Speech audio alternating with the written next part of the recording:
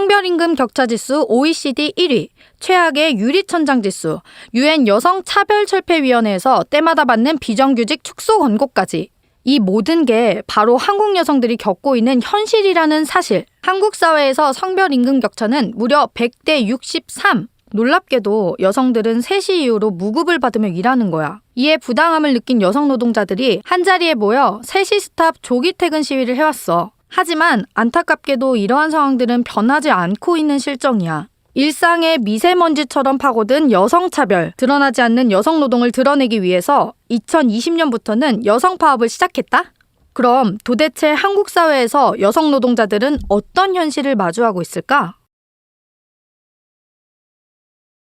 간호조무사, 전화상담원, 청소미화원, 마트 노동자, 돌봄 전담사. 이들의 공통점이 뭘까? 바로 최저임금을 받는다는 것, 그리고 여성 노동자들이 집중되어 있는 직종이라는 거야. 2018년 8월을 기준으로 최저임금을 받으면서 일하는 노동자 비율을 보면 여성은 17.3%, 남성은 7.5%, 최저임금보다 낮은 임금을 받으면서 일하는 여성은 21.8%, 남성은 10.5%야. 즉, 최저임금을 받거나 그보다 낮은 임금을 받으면서 일하는 남성 노동자가 100명 중 17명이라면 여성 노동자는 100명 중 40명이나 되는 거지. 그래서 최저임금은 여성 노동자의 임금 수준을 결정한다고 할 수 있어. 그럼 왜 여성 임금은 최저임금 수준일까?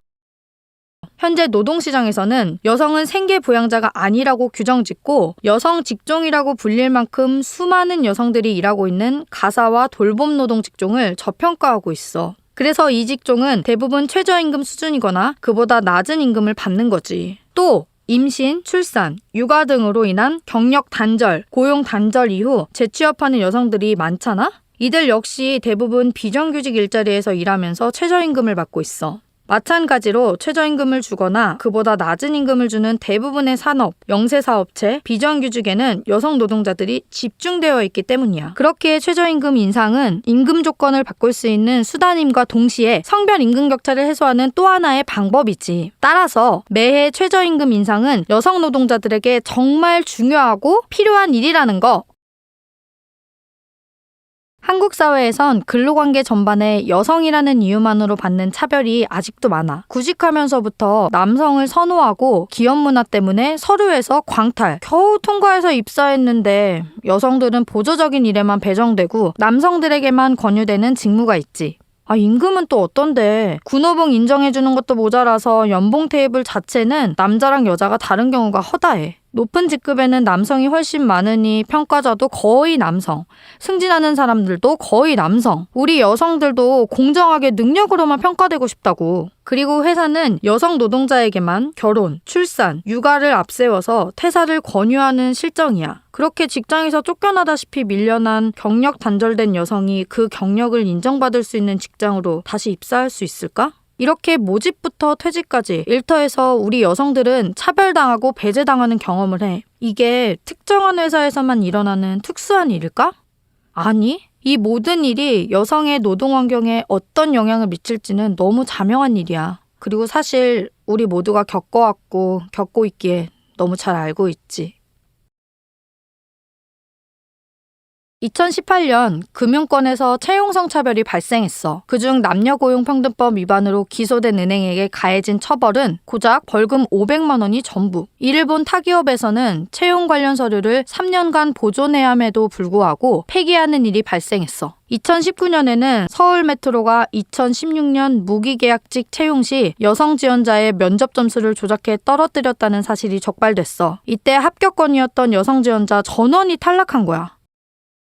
채용 성차별은 관행처럼 빈번하게 여겨지고 일어나고 있어. 명백하게 불법임에도 말이야. 그리고 면접 자리에서 결혼, 남자친구, 출산 계획 등에 대해 묻는 거 되게 당연하게 여겨지잖아. 근데 남녀고용평등법에 따르면 노동자를 채용할 때 남녀차별을 해선 안 되고 외적인 조건, 결혼, 남자친구, 출산 여부를 물어선 안 된다고 해. 그리고 한 가지 더. 채용은 공채만을 얘기하는 게 아니야. 알바 찾다 보면 사이트에 단정한 외모의 여성 우대, 남성 우대 이런 말 되게 많잖아. 이런 것까지 모두 채용 성차별이야. 자, 그렇다면 이런 걸 묻고 요구하는 게 왜 불법일까? 사람들의 삶의 모양은 다양해. 그런데 여성의 삶의 경로를 당연하게 결혼, 임신, 출산, 육아로 정해놓고 발생하지도 않은 결론으로 채용 과정에서부터 차별이 발생하게 되는 거거든? 그리고 외모가 업무 수행 능력과는 전혀 무관하잖아. 이런 질문은 당연히 해선 안 되는 거지. 이렇게 드러난 사건들을 통해 여성들은 노동시장에서 능력과 업무 수행 가능성에 초점이 맞춰지는 게 아니라 성별의 방점이 더 지고 있다는 걸 정말 뼈저리게 느끼게 돼.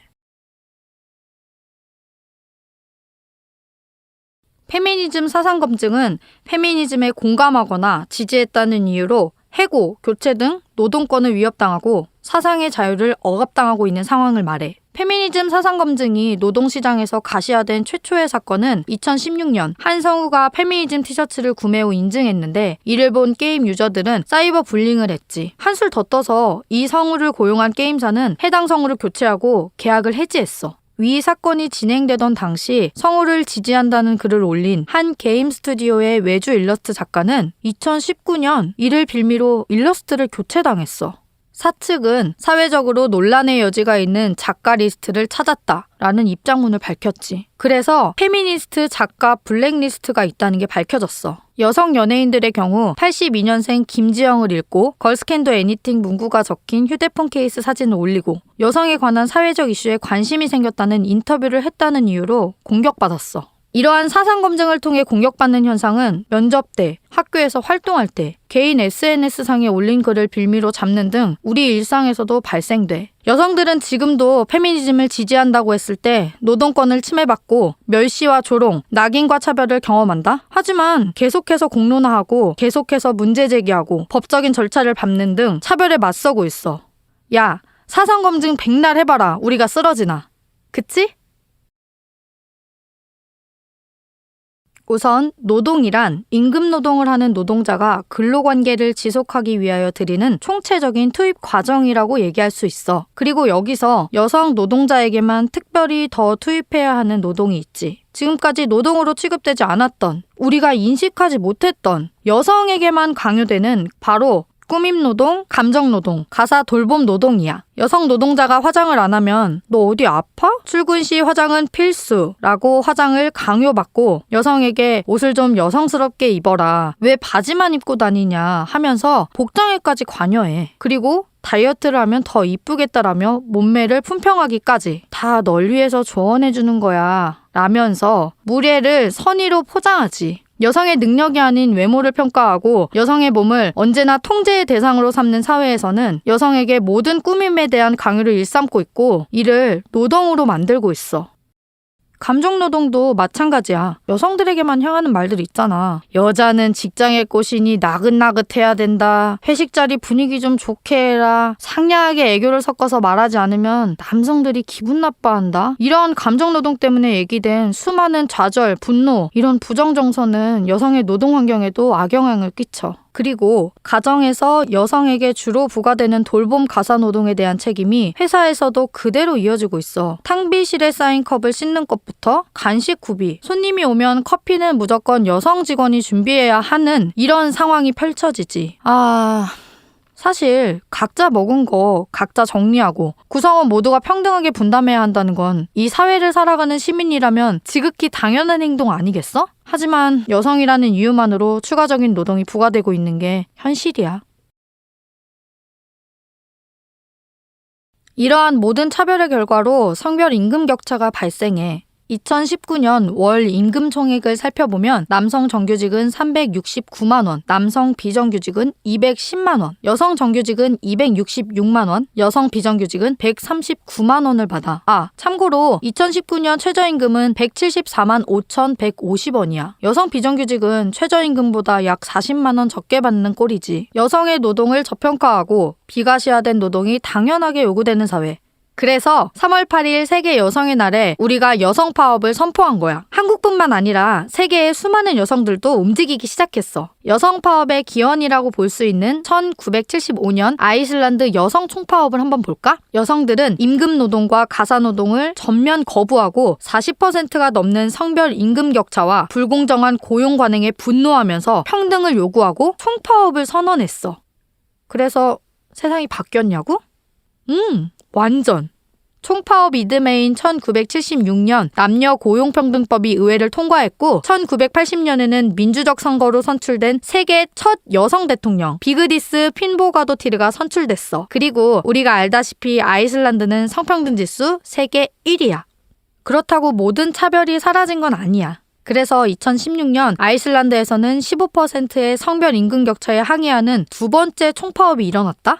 그리고 스페인에서는 2018년 500만 명, 2019년에는 600만 명의 여성들이 모였고 스위스에서는 50만 명의 여성들이 모여서 여성 파업을 벌였어. 그리고 2020년 여성차별 전반에 대해 세계 곳곳에서 목소리를 내고 있는 여성들이 늘어났어. 칠레 산티아고에서는 200만 명의 여성들이 모였고 멕시코, 콜롬비아, 브라질, 필리핀, 인도, 파키스탄, 홍콩, 태국, 터키, 키르기스스탄까지 수많은 여성들이 모여 여성차별에 저항했고 지금도 저항 중이야.